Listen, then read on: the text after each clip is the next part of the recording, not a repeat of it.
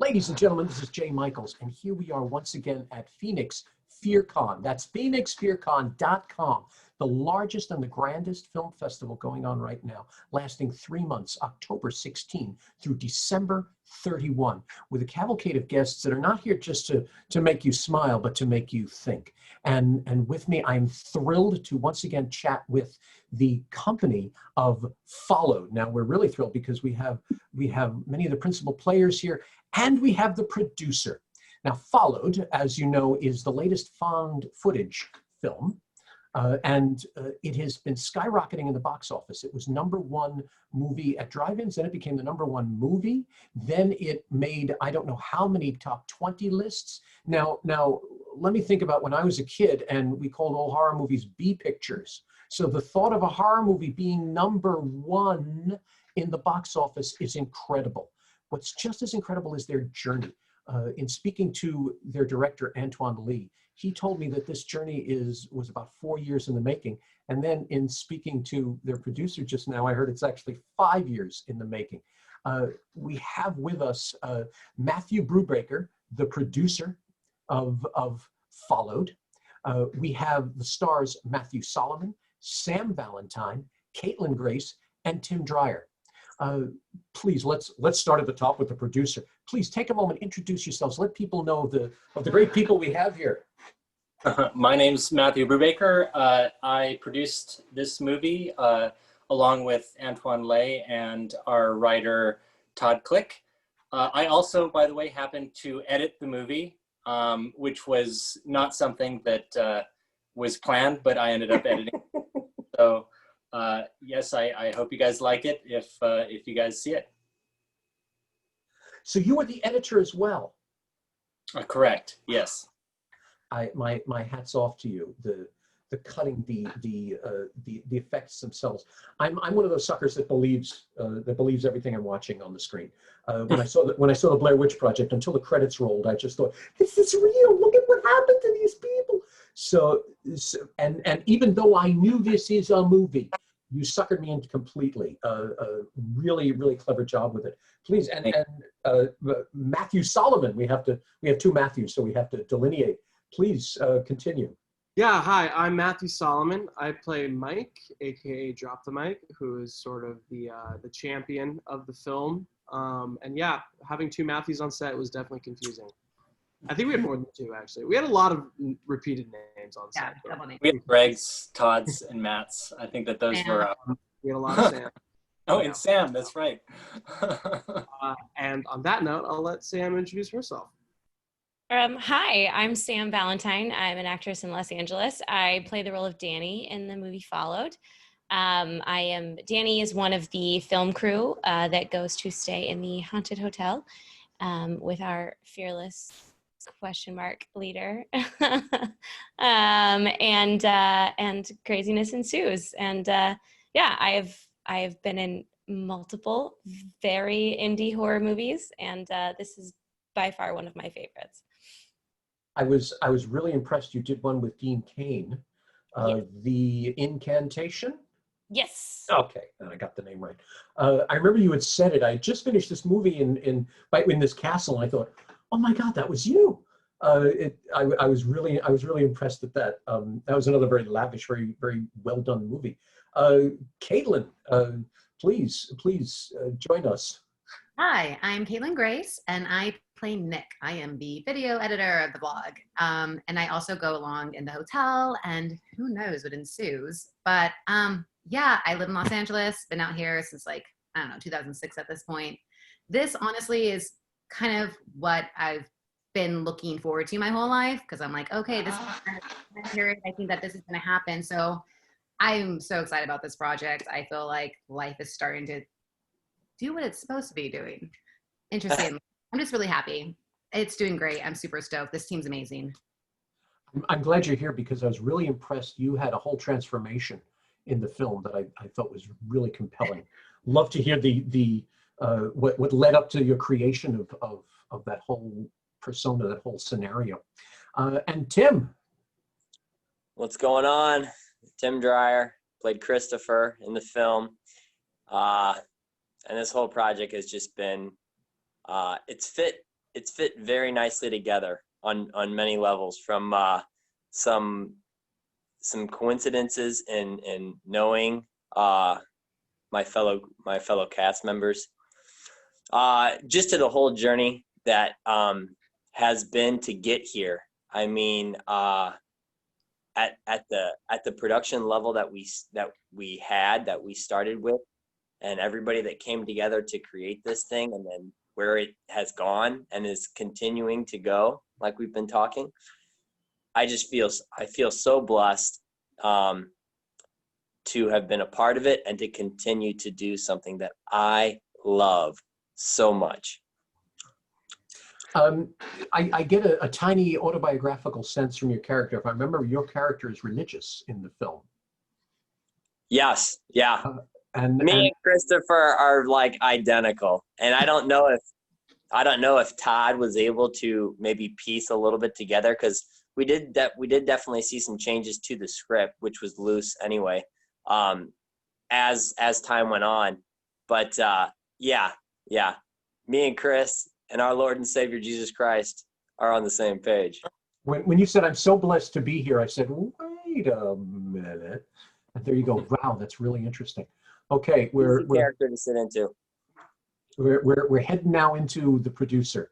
Like I said, Antoine mentioned this took 4 years, and you're saying it took 5 years. And I'm hearing everyone say how wonderful and marvelous and blessed and happy they are. So I get the sense there was a real journey in this. Illuminate us. How did we go from, and I think I saw a picture, someone showed me a picture of you having a reading in a restaurant or something like that, or it looked that way. From that reading, from that beginning moment to being a #1 film in the indie world and in the commercial world now. Share with us the journey. How did it happen? Yeah, it was quite a journey. It had very humble origins. It was really just, on one hand, the writer, Todd Click, who's a very close friend of mine, and Antoine Lay, the director, who's also a very close friend of mine, literally within the span of 2 weeks, both of them in each of my ears was like, I really want to do a movie that's sort of inspired by the Hotel Cecil here in downtown LA. Great. And, if you believe in synchronicity or, coincidence, then, you just got to take those kind of things and bring them together. So that's exactly what I did. And I brought the two together, and including an executive producer and basically the four of us met about once every once a week for about 3 months. We came up with the basic story, the basic beats of the story, and which was, about a vlogger who goes to a hotel, and SHIT happens. And I'm not sure if we're allowed to. You can say shit. There are movies in this festival where people's heads get cut off. I think you can say shit. Okay, that's a good point. All right. Matthew actually says the F word quite a bit in the movie. Movie and in real life. So I'm glad that I can swear. Oh, so more autobiographical. Very good. Okay. Yes. So yeah, we came up with the beats, and then Todd Click, the writer, actually developed the beats. And so before we even had a screenplay, we did our first round of auditions. And from that, the big one was, of course, Matthew Solomon, kind of choosing him as our lead. Todd was able to kind of manipulate the character in a way that would really work for Matthew. And I think that was something that we had planned on. You earlier before this, we were talking about a Blair Witch Project, and there's a kind of realism to Blair Witch Project that you really can't get from a normal movie. And I think that's what found footage brings to the table. Is it's not necessarily, I think at this point we all know that it's fake, but we still want to be fooled. And for that to happen, we felt like that the character would have to really, you know, jump off the screen. And so the idea was basically to hire Matthew and allow Todd to kind of understand who Matthew is and just kind of incorporate just certain mannerisms. I mean, if you know Matthew, you know, he's a very different person from, you know, Mike the character, but there are certain mannerisms I think that Todd was able to kind of bring in that work really well. And I don't think that could have been done had we not basically cast Matt before he wrote the script. So Todd ended up writing the script, and we cast Caitlin and Tim, and I think a little bit later we cast Sam. But that was there was probably, as far as the origin story of the project, it was probably about a year of developing the project before we actually made it. And, you know, because we're probably speaking to a lot of independent producers and independent filmmakers, a year in pre-production or a year in development is actually very quick. If anyone knows this, the film business can go, you can be in development for, you know, I think the average is like 10 years is that a project is in development before it actually gets made. So, you know, even though it sounds like a long time,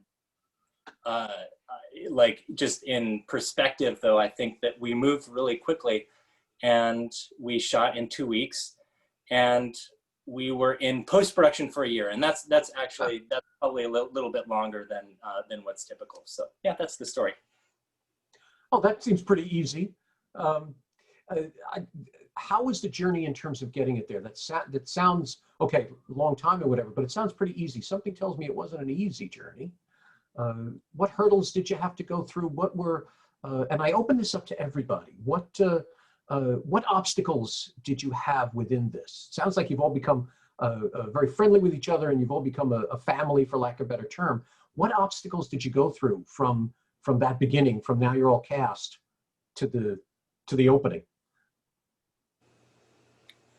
I think my biggest obstacle is honestly just sort of being thrown into the fire.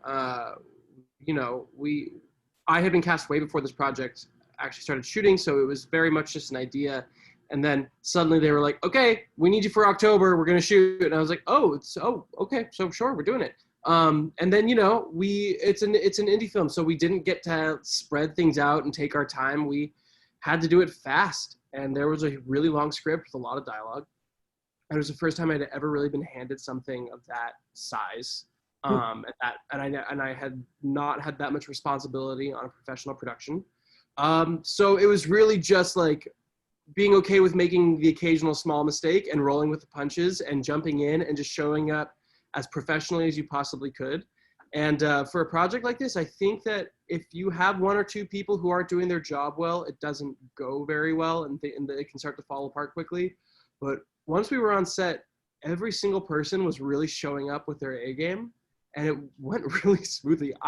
There was no day on set where I remember there being any sort of disaster, which feels really unusual.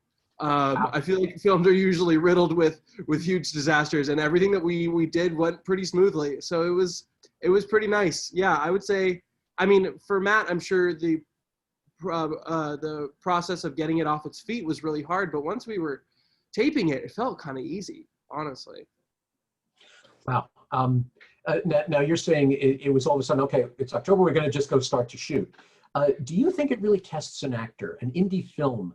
Do you think the kind of schedule really tests, it's sort of that baptism if you're really an actor? Because, okay, if you have all this time, I guess if you have long enough that anybody can prepare to do something, it's when, okay, we're shooting now. Do you think it really tested you as an actor, as well as just in general, it can test an actor? Yeah, and I think, I mean, I've never thought about it that way, but I think you're pretty on the money, and I think everybody else can chime in when they want to. But yeah, I think that all of the sort of small roles that I had done here and there and all of the training that I had really came together. But you also don't have a lot of time to think about it too much. So I think when you do have a lot more time, you can overthink and get in your own way. With this, right, we didn't have time for that. You just had to have the script in front of you, know your lines, and just go. I'll let everybody I do else. think it helped too that we were playing really real characters. They were written as really real people. They were modern day. We all knew someone who was just like the people we were portraying, whether it was just like us or not. I feel like that made it a lot easier to just show up and work because it was so close to real life. Interesting. Do you all feel that? Do you all feel like there was a strong sense of reality within your movie? I mean, personally, when it comes to Matthew and Saint training, we've all trained, you know what I mean? Like, which is really crucial personally. And even though I was trained to like Tim and I met in acting class, and all of a sudden we find ourselves like in the audition room, we're like, wait, what are you here for? I'm like, wait, what are you? That's great. And so then this happened. So we were trained. It's like, you pick the hottest choice. You do all the work and you come onto set and you make your choice and you do what you do. And then the director either is like, love this, but let's tweak it, or dude, we've got it, move on. So it's a collaboration, you know. For me personally, I mean, to get into the headspace of the scenes I had, I was still green enough that it took me like a while to get into that state. Like 45 minutes. I remember people setting up the lights and everything, and I'm just sitting there like trying to get in the headspace. And it's funny now, fast forward 5 years, and I can get there so much quicker.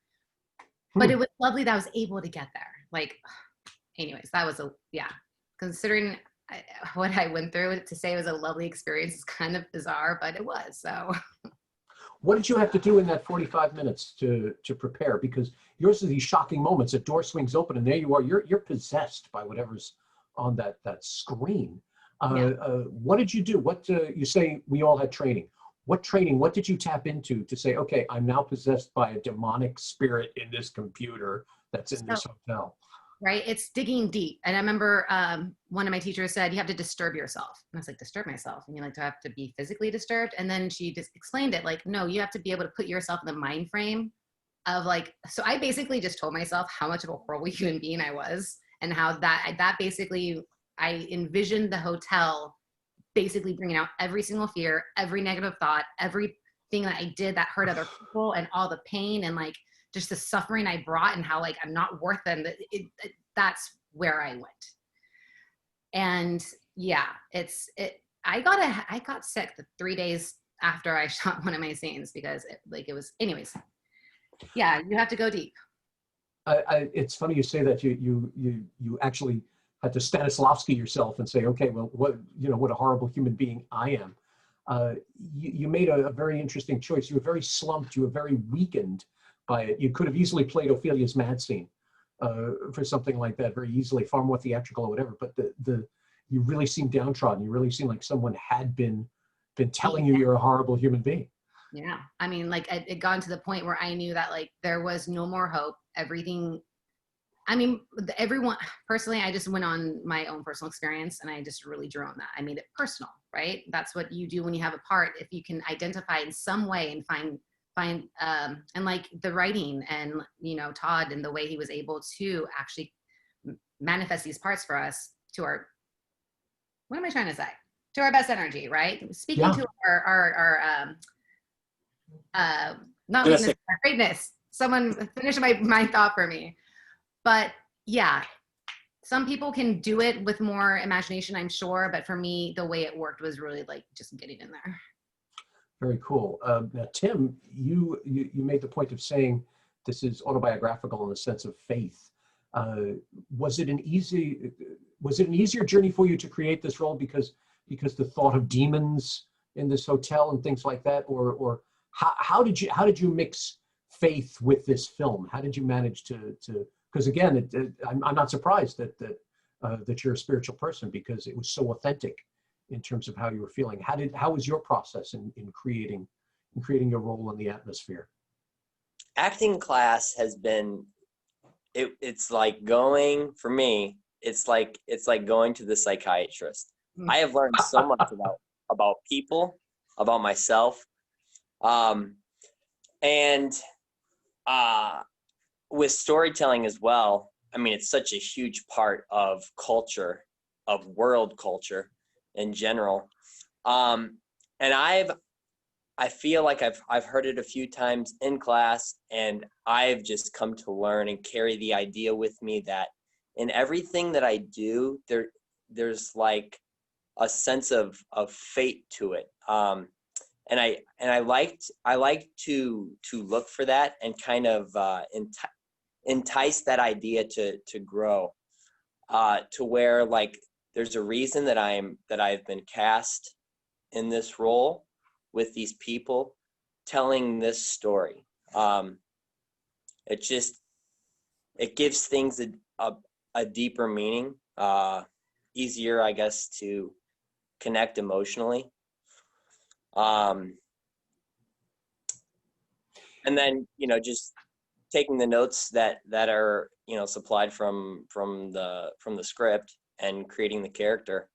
But making things, I guess Caitlin kind of talked about, as personal as possible, but going a little bit further for me, and like the story itself, just kind of finding the fate in that is something that I always like to do. And I feel like, at least for myself, there's always examples of and ways to find yourself in. I had a director years ago that made a similar comment, where his big comment was, "You are all supposed to be here. Yeah. This is where you're supposed to be." So you're talking of fate. I guess that helped you immerse into the roles, because, okay, this is where I am to be, so this is what I'm going to do. Dressing Matt Brewbaker and Sam Valentine on this, because Sam, I know you have done several horror movies. There is a math to all horror movies. There are certain things that have to happen in it, even in a found footage film. How did you both make sure the math was there? Sam, just as an actress in these films, do you feel, did you feel intrinsic? Oh no, we can't do that. We have to wait 2 more seconds before we do that, because did you feel the math? Did you feel the horror movie math within this? I don't think I probably thought about that much, because this is a found footage and this relies so heavily on movement and editing. So I'm sure Matt Brewbaker can talk a lot more deeply about that. For me, it's just about telling the appropriate story that I've assigned. And then from there, you kind of have to trust your filmmakers that they will take what you have and do their work with it. Do you know what I mean? Mm-hmm. Matt Brewbaker, did you sit there and say, okay, this is a horror movie, so we need, what went through your mind as the process was formulating in front of you? Yeah, I mean, obviously I can't take credit for writing it. A lot of it was Todd Click, who created the story, and he created the characters, and he created the script. However, I do sort of follow a philosophy of like, what is horror, and what is the purpose of horror. And I think as a producer, you have to ask yourselves those questions of not just how, because obviously everybody thinks that the producer knows how to do something, but why to do something. And when you know why to do something, the how becomes that much easier.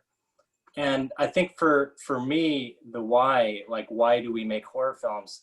Like, a lot of it comes down to, our unconscious, or like our subconscious, and this idea of, I think of, the subconscious or the unconscious as being sort of like this deep basement that houses skeletons, at least in the sense of the horror film. And that horror and horror stories and the horror films are all about bringing those skeletons to light. And one can only do that, through confronting one's own fear. And, and I think that when people watch horror movies, it's, they think that they're there just to get scared, but in reality, they're there to get over their fears in a way. And I think that, by overcoming those fears, or at least to be able to confront those fears, that they are able to see those skeletons. And that's, we were talking about psychology, but, one has to confront one's own skeletons in order to absolve themselves from it. So, I do take producing from that perspective of, at least with horror movies, that we're doing something to the audience, and that does inform how I work with the writer, how I work with the directors.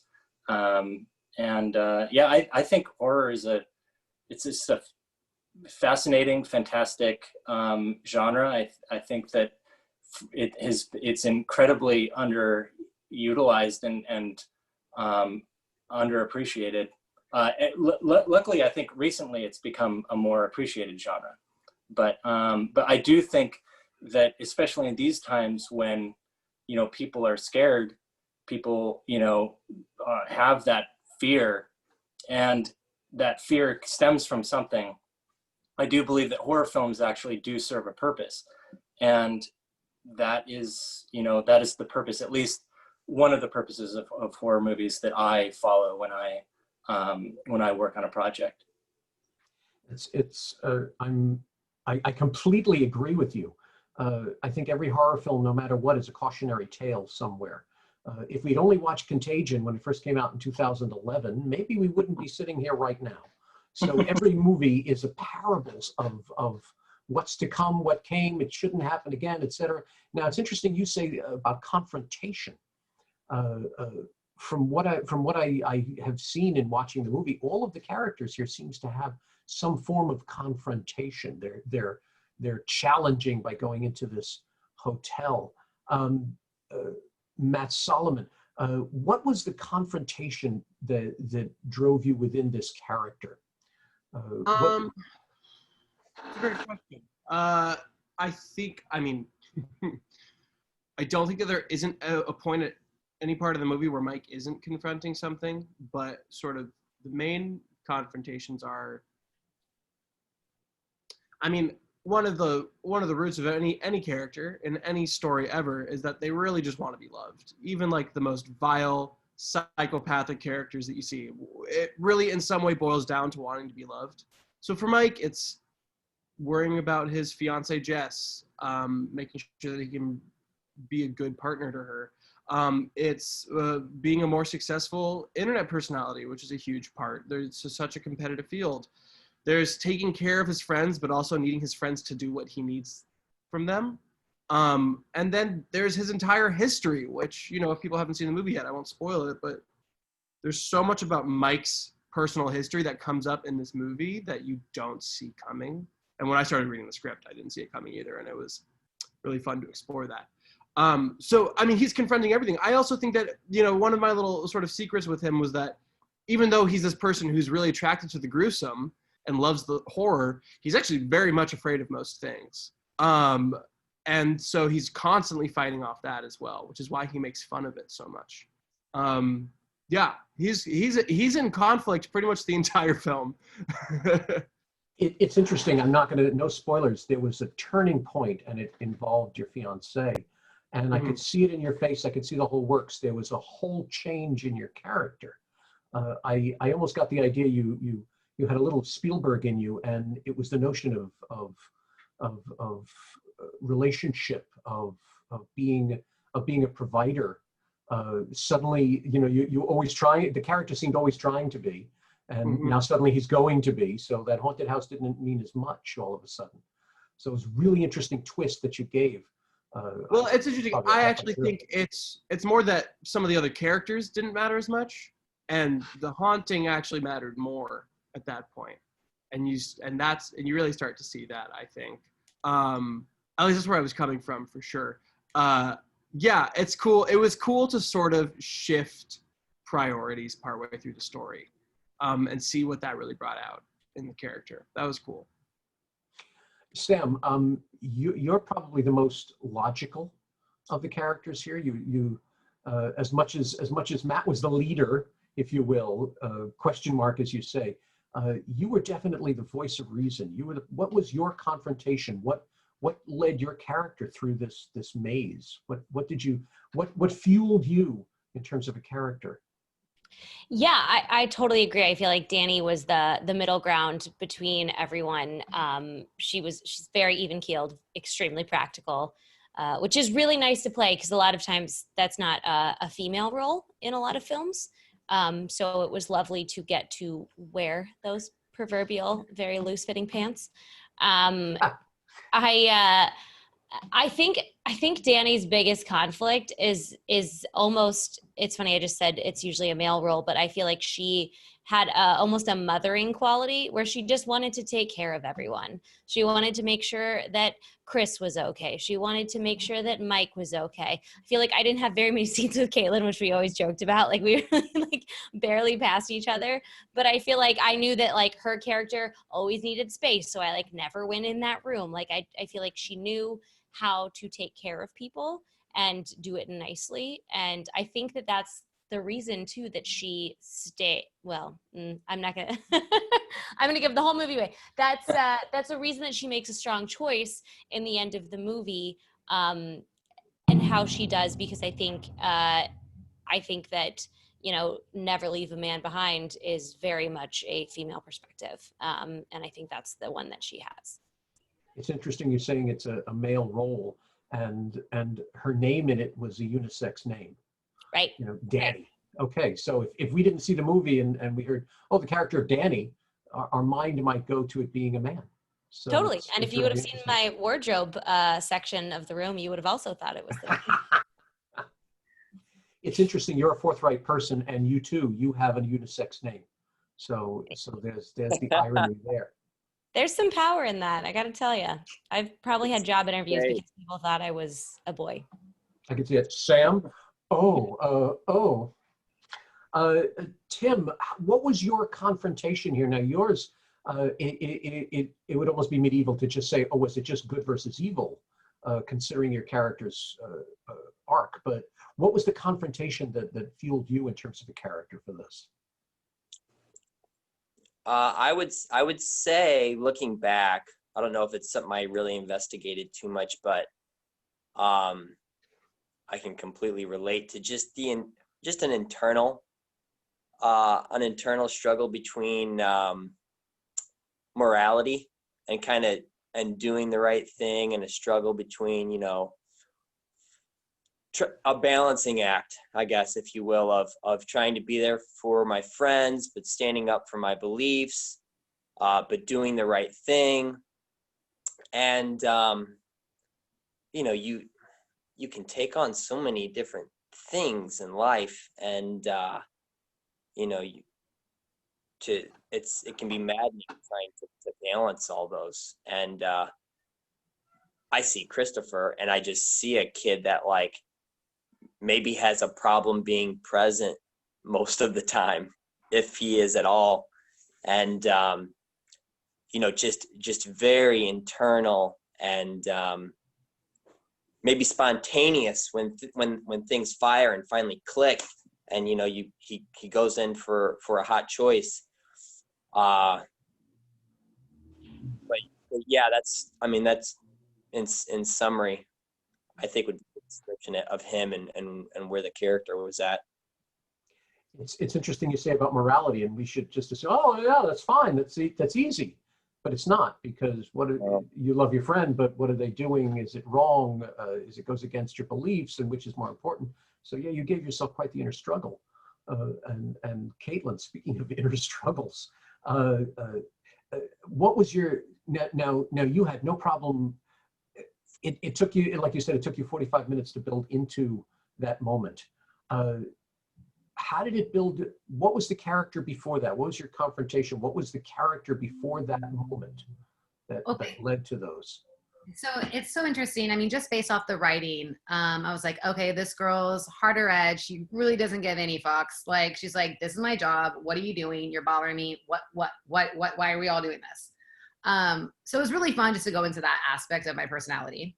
And when it came to that, I'm like, okay, well, what would make me start to just like not, she kind of disassociates from people. You know what I mean? Like, she doesn't really have, the closest relationship she has out of all four of us is with you know, Drop the Mic. And so I had to think, well, like, well, why would that happen? So I, like, hot choice, I thought, what's the worst that could possibly happen to this character? And I was like, oh, that could be pretty bad. And I just like went really south. And then based on who played my parents as well, I just developed my own backstory. And then once I was in the state after about 45 minutes and I had my backstory and my personality, and we started to do a couple of takes, Antoine, he came over, he's like, okay, I need more. I was like, oh God, this isn't enough. I'm like, is there anything else left in me? I'm like, oh God. And he's like, you got this. I was like, okay. And so then I really dug deep and I was like, oh God. And it's interesting that you think you've gotten to that degree, and then someone else can just like push a little bit more and it can really tip you over to the edge. And that was a really nice trusting thing that you need to have as an actor and a director, or as an actor with your other actors and people who are the gaffers and the lighting and everyone. Like there has to be a trust there. And it was such, I'm going to use Tim's word, it was a blessing that's the type of camaraderie that we had on this set. The energy was just, it was a safe space, if that makes sense. I think what you're saying is bravery. You were given the bravery. All of you were brave enough to make your choices because you had bravery all around you. You had a good support system in creating it. Goosebumps right now, but yeah, that's about it. So let's hit bravery on the other side of things here. Mr. Brewbaker, I heard stories that you were given an offer at one place, but you turned it down. You had another offer and you turned it down. Then there was this point where you thought maybe we need to go back to this offer, and then finally, kaboom, of course, during a damn pandemic, you still have a stroke of luck. I'm asking you specifically, and I'm asking everyone because you all seem very much involved in it. What scared you more than the movie? What were the scariest moments in building this film? Well, I mean, as a producer, the scariest thing probably that could happen is everything falls apart. And that probably came closest literally days before we were filming. So days before we were filming, we still hadn't had both of our locations, as in both of the hotels that we shot at. And it was, you know, we had been working on negotiating with the Hayward, which is where we shot, and a few other hotels in downtown. And if Hayward was going to turn us down, and if, say, for example, I won't name the other hotels, but if they were to turn us down, you know, because we were a low budget movie, right? I mean, it's, we're not coming in there with, you know, like we're not showing up in limos, right? Leonardo DiCaprio did not enter the hotel. Got it. Okay. Not that I know of. But yeah, so luckily, probably two days before we shot, we signed those agreements, and that was probably the happiest I've probably been as far as you know, my relationship with this particular movie. But you know, tons of stuff could have gone wrong during filming. You know, as a producer, I think that your role is mostly in pre-production, and you set things up so that they become like a domino, right? It's like dominoes. So that once production actually happens, everything just kind of, you know, click, click, click, click, click, click, and you know, you're really lucky if everything, you know, happens correctly. But if you've ever played dominoes, you know that there's always that one that falls and then the other one that doesn't. Yeah. You have to go in. So you still have to, you know, you still have to work during production. But, you know, I guess what I'm saying is that especially on something as low budget as ours, oh, in fact, there was another moment during set when I think we were about 5 days into shooting, or, you know, mid production, and we needed $25,000 just to finish. And so we were like, while everything is going on, you know, we were raising that money, and you know, if we didn't get that money, you know, it probably would have spelled maybe not disaster, but at the very least we would have had to put a hold on the film, raise even more money, because if you know anything about budgets, you know that it's very time specific, and if you don't hit those times, you can do it later, but you end up paying double what you would if you had planned correctly. So that was another moment. that I was, very worried, but we came through. And then, yeah, you mentioned like the different distributors. By then, I wasn't too worried about the distributors themselves, because like worst comes to worst, it would have sucked, but we could have self-released. Like it's not like that's not these days you can do that, but we wouldn't have had the kind of aplomb that we had going into the drive-ins and whatnot. But yeah, to speak about the drive-ins, we ended up going with this distributor. They were really excited about putting us in. I think we were going to start off at around 100, 150 theaters. We had booked 150 theaters with the biggest theater chain in the U.S. And then they went out of business, but COVID happened, and they were like, "Yeah, we're closing all of our theaters." And when that happened, that was, I wouldn't call it scary so much as it was just like, it was exhausting, because we had gone all the way up to that point. We were in the negotiations with the theater, and yeah, everything sort of fell apart. So we just took a couple weeks off and then regrouped, and we had this idea about doing the drive-ins, and I think it turned out really well. You mentioned us being the #1 new release in the box office, and it ended up being a positive thing. So you talk about fate and coincidence and whatnot. It's hard not to hard not to consider that fate maybe had a hand in it. Oh, I would speak highly of that, because I was just thinking as you're saying it, it didn't even cross my mind that the horror movie was the staple of the drive-ins when they were prolific across America. So essentially, you tapped in on an old classic, if you will. You basically turned to an audience who said, "You can't go into a movie theater. You're lucky you can go to the store, but you can get in your car and go to a drive-in and see a good old-fashioned horror movie." And the horror movies were doing the best in the theaters anyway. Yeah. So we actually, we were very lucky, I think. There is a lot of luck that has to do with our situation, I think, and we have to admit that for sure. But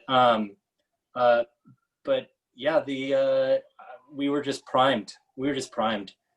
For that particular environment, and I think we thrived in it, and did probably what we couldn't have done with normal theaters.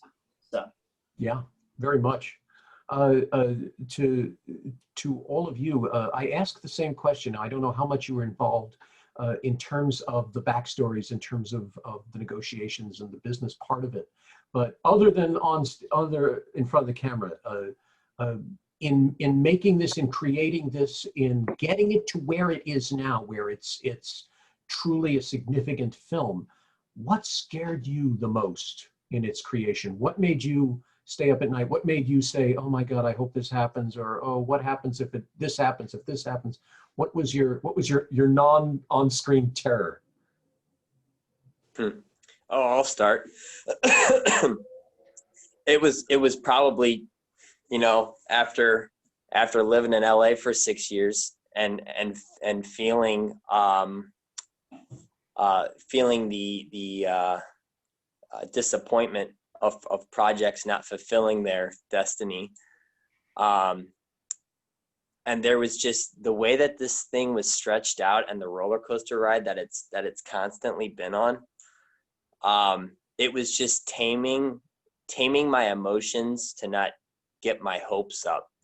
It's like at every peak that we hit, there was a stop for maintenance, and then we would go, and then another peak, and then a stop for some kind of maintenance, and then we would go. So it just, like, it's easier at the beginning because you do the project. You had a great time, a sweet little after party, you have the credit, and now you're on to the next one. But then you start hearing about, distribution and streaming and international distribution and this and this and that and interviews and you know, there's so many moving parts to create a movie. It's I mean, it's got to be fated to a certain point that something ever gets made, because they're so, and then especially on this level, it's a problem on the studio level.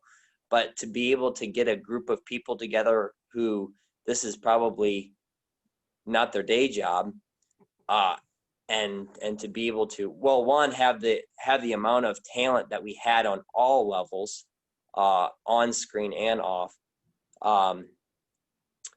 So to have good talent and to have everybody's schedule just, you know, work together. I mean, you know, to a certain point, it's just like, wow, well, you know, maybe there is something more to come. But there was definitely enough of those moments of like, oh, well, maybe it wasn't as much as I thought. But it's been a very sweet journey so far. So just continuing to tell myself that, hey, if more comes, great. If not, I mean, look how far we've come already. That's so funny. It sounds like you're battling good and evil even off camera. It's like, okay, do I get my hopes up? Do I another interview, another thing that's going to another theater? Yeah, no, but it could end who knows when. So it seems like you had that internal struggle even behind, even off the camera. Sam, how did it feel for you? What now you've done several genre films, so what was your nightmare for this one? What was your thing that kept you awake? God, that's such a hard question. I think, I mean, I've been doing this for like over 10 years now, so I think I don't put stake in anything anymore because I'm just always scared, right? Do you know what I mean? Like, not in a negative way, but I've been let down by the industry so many times, and I've been shocked by it so many times that now I'm just like, you know what? I'm going to do my best job. I'm going to make friends, and I'm going to be available and like see what happens. And I think, you know, that's kind of like a survival method just in the acting world. But I mean, in terms of like funny things, if I can take it there, like I was not technically cast as Danny first. There was another girl cast first. So that, you know, could be a nightmare scenario if I didn't get to do this. That would have been quite the bummer. I hope she got to see it. Also, while we were filming, I was put on hold for a role in a TV show that I didn't get, and it would have been a very small role, but my managers at the time wanted to push me to, never told you this, Brewbaker, but they wanted me to consider dropping out of the movie to take this television role. So luckily it didn't happen. And then this all panned out. So it could have gone 100 different ways. Right. And so the way it went had to have been the best way. I'm hearing total fate here. Somebody left, so you get the job. The one crossroad you had disappeared, so you were supposed to be here. Absolutely. That's pretty cool. That's very cool. Matt Solomon, the lead. Now you said this was relatively new to you in many ways. So you get a call from your other Matt, who says, "Hi, congratulations! You're playing the lead in this film." Of all of that, what was the nightmare? What was your personal nightmare through all of this? I mean, what both Sam and Tim said hits the nail on the head about, you know, as an actor, you're never guaranteed that something's really going to happen. Truly, even when you're on set, you don't know that it's actually going to happen. But for me, I think the biggest nightmare was having to being in charge of the story arc. You know, they gave me the script and basically said, we're going to have a camera on you. This is now your responsibility. You and the other actors, of course, but, you know, the movie's about Mike. So I was like, oh, God, I've got to make sure that this makes sense, that this tracks, that it works. And so I think the biggest nightmare for me was, like, seeing the movie edited together and being like, what was that guy thinking? What was that? Like, thinking that about myself, having other people think about that about my performance, just being like, what was he doing? This doesn't make any sense. That was my nightmare. And I'm super grateful that it has been received positively, and that people seem to really. I mean, there's so many good actors in this movie too. For the guy who opens his mouth the most to be the worst of them would not be great. So it was really nice seeing everybody say that one of the highlights of this movie was everybody's performances. So that was probably my biggest nightmare. Yeah, essentially that's it. You are the movie on so many levels. So that must have been quite a terror. Yeah, and this is, again, I said it's my first professional production where I was the lead, excluding like the occasional short film. Matt, how long was our original script? I mean, the original script or the one that we ended up shooting? Because the one that we shot was very long. Yeah, the one that we shot was 144, which is insane. Like, especially for somebody like you who's like your dialogue is like it's like little. Well, dialogue. So 144 pages. I remember counting. There were 11 pages where I wasn't speaking. The entire script, 11. So I had 133 pages of dialogue, and some of my dialogue was 2 to 3 page monologues, the video blogs. Yeah. So yeah, you did an amazing job, by the way. Like I think we were all like, can Matt really pull this off? Like, because you were given so much dialogue and scenes, and and of course we had such a tight shooting schedule. Mm-hmm. Yeah, it was a quick. And honestly, again, like I said earlier, I don't know if I would have been able to do it if I had more time to think about it. I think I just had to do it, so that's why I was able to.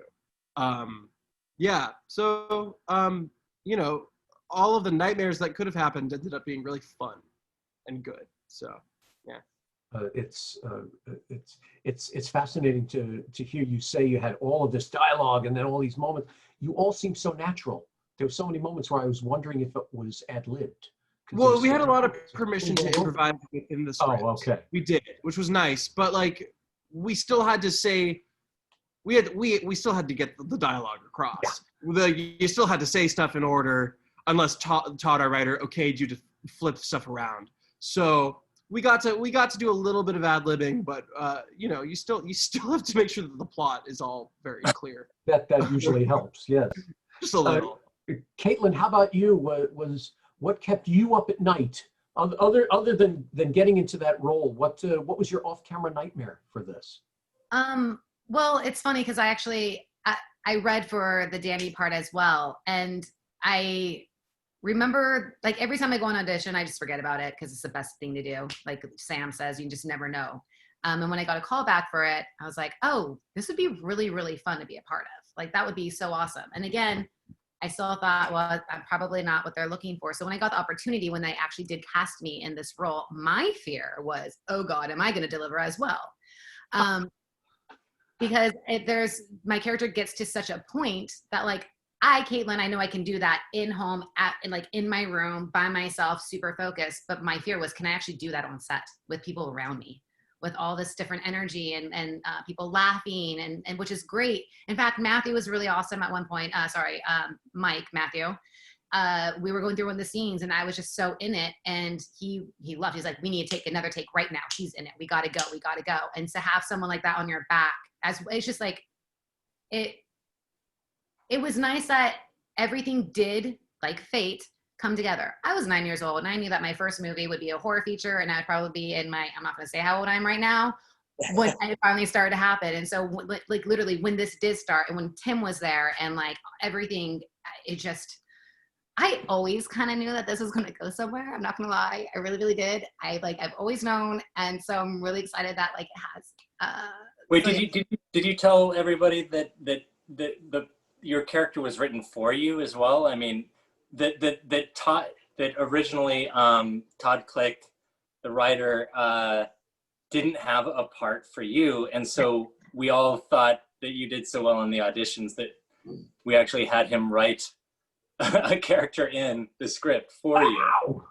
Yeah, and I felt like so blessed that I could be a part of it, and that I was wanted on set. You go through so much rejection in this world, and just to have people who actually see you and want to work with you, I'm telling you, like, it is fate. all So the believe it or not, if it weren't for Caitlin, we probably wouldn't have had an editor character in the movie. Like, because the editor character came from the question of, we want Caitlin in the movie. How do we have her in the movie? And then we were like, oh, well, what if there's this editor character, and then, you know, she can be in like the other room. And so that was the behind the scenes on that. It's so fun. That's the parable of indie theater. You know, it's, hey, we like this person, write a part. It actually, Caitlin, what you're saying brings me to my last question for all of you. I have a colleague who does interviews, and he always asks this one question, and I've never felt the need to ask it, but I think in the case of this movie, I should. He always say, what makes this project different or special? So I'm asking you all, it could be anything at all, on stage, off stage, whatever, but this movie made it, for lack of a better term, quote unquote, in italics, whatever. This movie has transcended where the horror movie normally goes. Now, there are thousands of horror movies made every year. This one took that step up. What makes it different or special? Why did this movie do it? We'll start with the producer. Yeah. I mean, for me, the first thing that actually comes into mind, which is not something that people usually talk about, which is, I think it's a really interesting depiction of downtown Los Angeles. And I'm a big fan of LA, Los Angeles, and the lore of Los Angeles, and you know, the history. You know, there was a lot that went in. There's a lot that we borrowed, like real, true life stuff that we borrowed in order to make this movie. And so, even though, you know, because I edited it, I don't watch Followed, and you know, I'm not scared because I probably watched it literally 1,000 times. But I think that what's still I appreciate about the movie is its kind of groundedness to the LA experience. Interesting. Matt Solomon, what makes this special? I mean, yeah, I actually want to piggyback off Matt briefly and say, yeah, LA, I think my character says this. Los Angeles is a very sordid history. So I think that's pretty cool about this movie.